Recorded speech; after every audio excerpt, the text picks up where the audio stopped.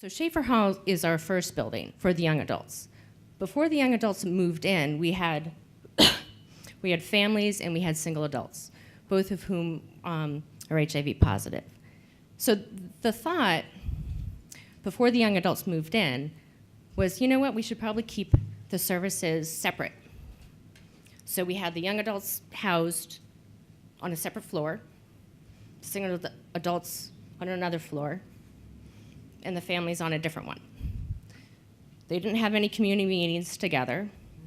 Now, this was before my time, so I'm not really sure what the thought process was behind that, but they found out very quickly it didn't work. It was very isolating for all populations, so they said, you know what, we're gonna move them around. And then they decided to start having community meetings for all of the tenants in the building. They actually saw that that helped normalize for the young adults the sense of family and the sense of community.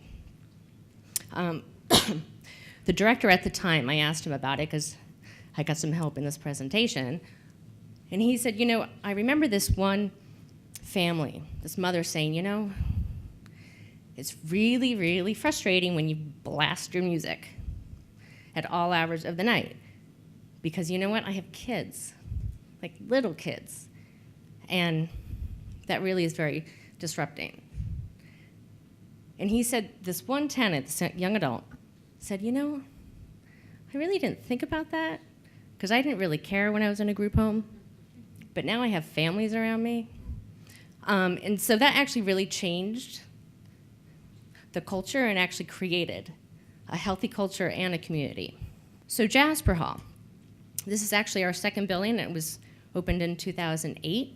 So this is a slightly different model. We have families and we have the young adults. So here it's very similar, where the families have really helped to normalize the sense of what a family is. What's interesting about this building, there's a recreation specialist there.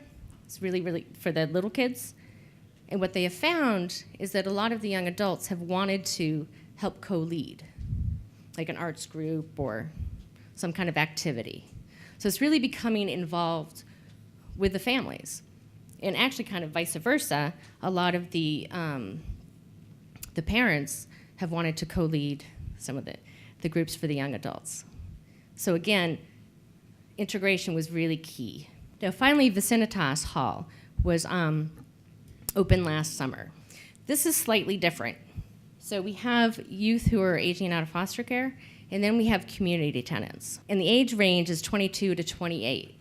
So when I first heard about this, I said, you know, does it feel like a college dorm? You know?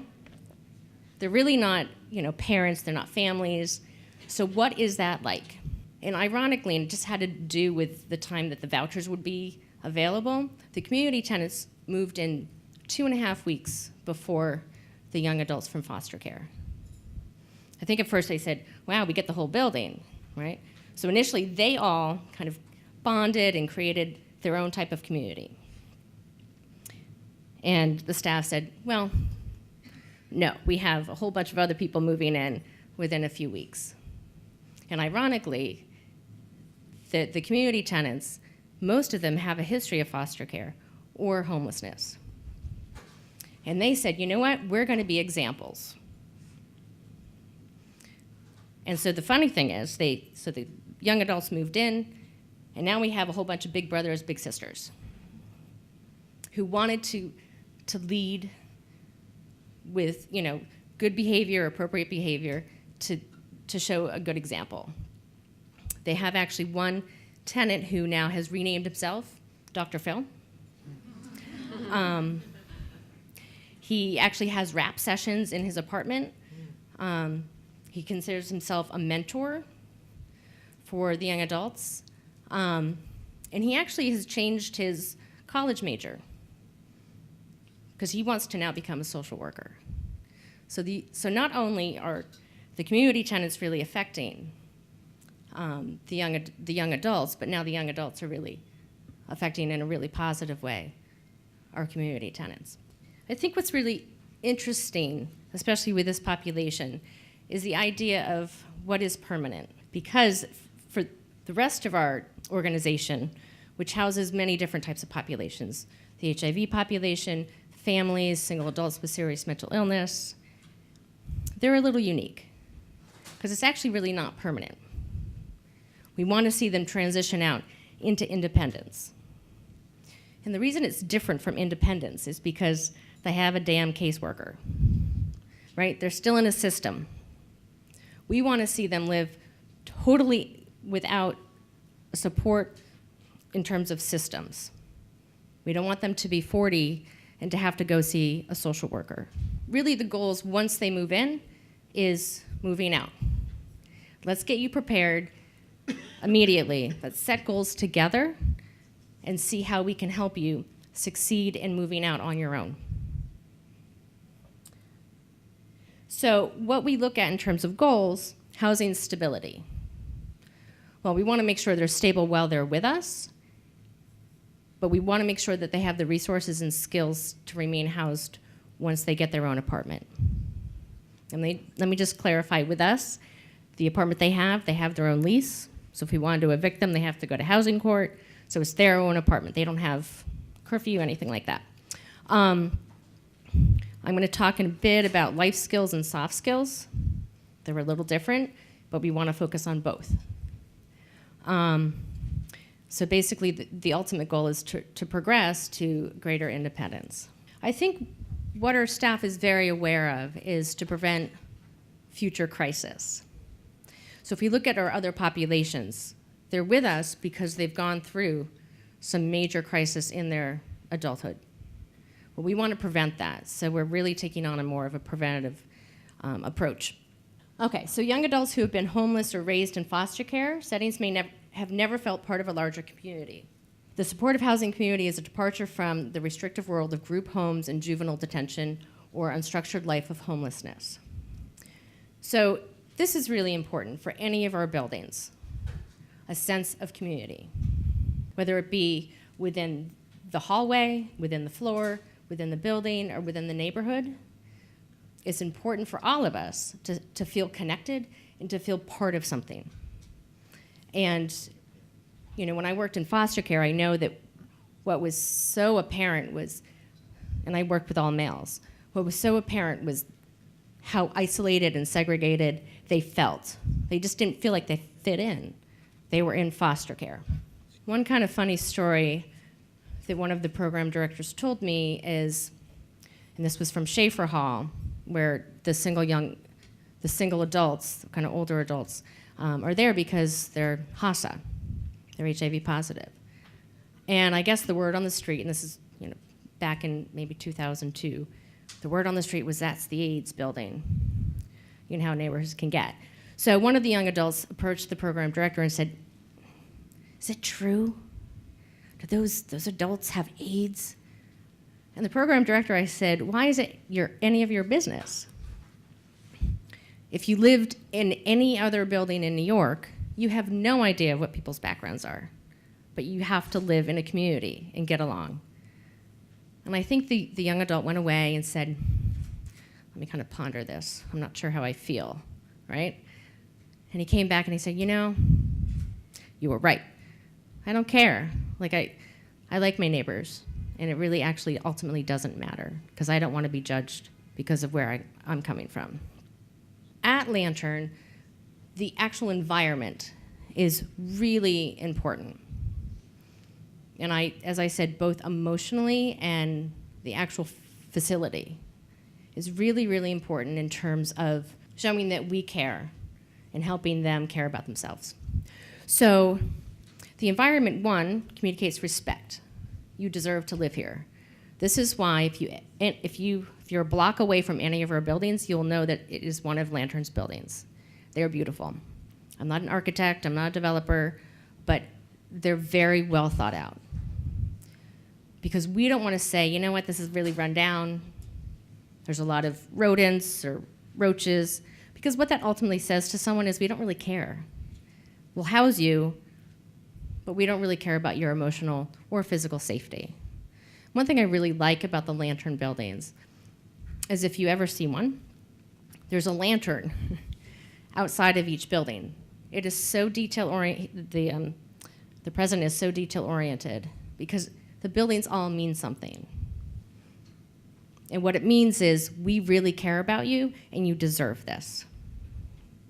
Let's see, young adults will internalize the norms of supportive housing community. So I heard earlier, I think Gail, you said it, you know, having people come in and out all hours of the night, fighting in the hallways, blasting their music. That's something that, and I remember when I worked in foster care, either, you know, people and kids in foster care either go by a point sheet, right? Like, oh, you acted out, so let's deduct so many points, or we're gonna give you a restriction. That was just kind of the lack of reward system, I should say. In supportive housing, we don't have that. We have rules like any other building would have. And what the young adults start to see is this isn't acceptable. And actually, I can get evicted if this really interferes with the emotional safety or physical safety of every other tenant in the building. And so what we see is the young adults saying, you know what, I don't want you to behave this way, and I'm not going to behave this way because I want to be accepted into this community. So what we find is that behavior that is violent or acting out or inappropriate is now not the norm, which is a really positive step. Bring it forward. So I remember, again, when I worked in foster care, a lot of my clients said, I was just destined to live in poverty. So maybe I should just go sell drugs and I'm just gonna live in, you know, overcrowding or dirty, run-down buildings. Well, what we're trying to instill in our young adults is, no, that doesn't actually have to happen. You can do better. We know you can do better. Again, this is just part of developing norms. We don't tolerate bullying and we don't tolerate violence. And that's really for any of our buildings, because we do have a lot of single adults who I think were kind of stuck at age 14. So we've done a lot of sensitivity trainings. The case managers work very closely with their tenants because it's not what we accept in our community. Also, every single building has 24-hour security. And I've heard, oh, why do my friends have to show their IDs to get in? That's not cool. And what we say to them is, you know what? That's like a doorman building. I wish I lived in one, right? It keeps you safe. So that's what we want to have them internalize, that you can be safe. You don't have to live in some chaotic environment. So we're trying to take that chaos away. At Vicinitas, we really want this population, the LGBT population, which is, I think very commonly overlooked and underserved, to really have a chance to have housing. So 30% of the tenants that moved in to Vicinitas were openly gay. After about 5 months, 20% more felt safe enough to come out of the closet. What I want to talk about, because I oversee the employment program as well, and what we've integrated in the last year and a half is supportive employment for all of our buildings, for all of our populations. And that simply, the philosophy simply says, no matter how mentally ill you are, no matter what your issue is, you can work. If you want to work, you can work. What we were seeing with our young adults is that we needed something more.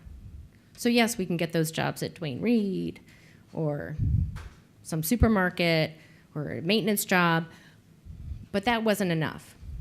And what we, the employment specialist and myself, kind of realized is that what was lacking is what we had when we were in our early 20s, the chance to really explore a career. What are our aspirations? What are our dreams? I'm not sure if some of these young adults had that. So we're starting to create, as well as getting them jobs, a mentor program. We want to kind of have a bank of people that can do informational interviewing. So if someone's interested in fashion, they can go and talk to someone about it. And education is also a big push for our young adults. We do want to keep in mind, especially with a supportive employment model, that we don't want our young adults to fail because we don't want to re-victimize. So we really do want to make sure that we have safe, successful environments for our young adults. And I know one young man went out, his employment specialist, and he's someone from Schafer, was so diligent. She did a lot of hand-holding, because that actually that's one difference between our adults and our young adults, because that's modeling, right? So she walked him out to interviews and kind of showed him how to approach the manager. But the thing is, he's schizophrenic and heavily medicated. So he doesn't really present very well. And he was getting really frustrated. He was so motivated to work, but he was getting very frustrated. And she said, you know what? That's okay. We don't need to get you to work at Duane Reade. She actually found this great program in a hospital that would train him for maintenance and then be a support. And he was so excited. And the first day, because she was worried, like, I don't want to pigeonhole him, but he came back and he says, they get me.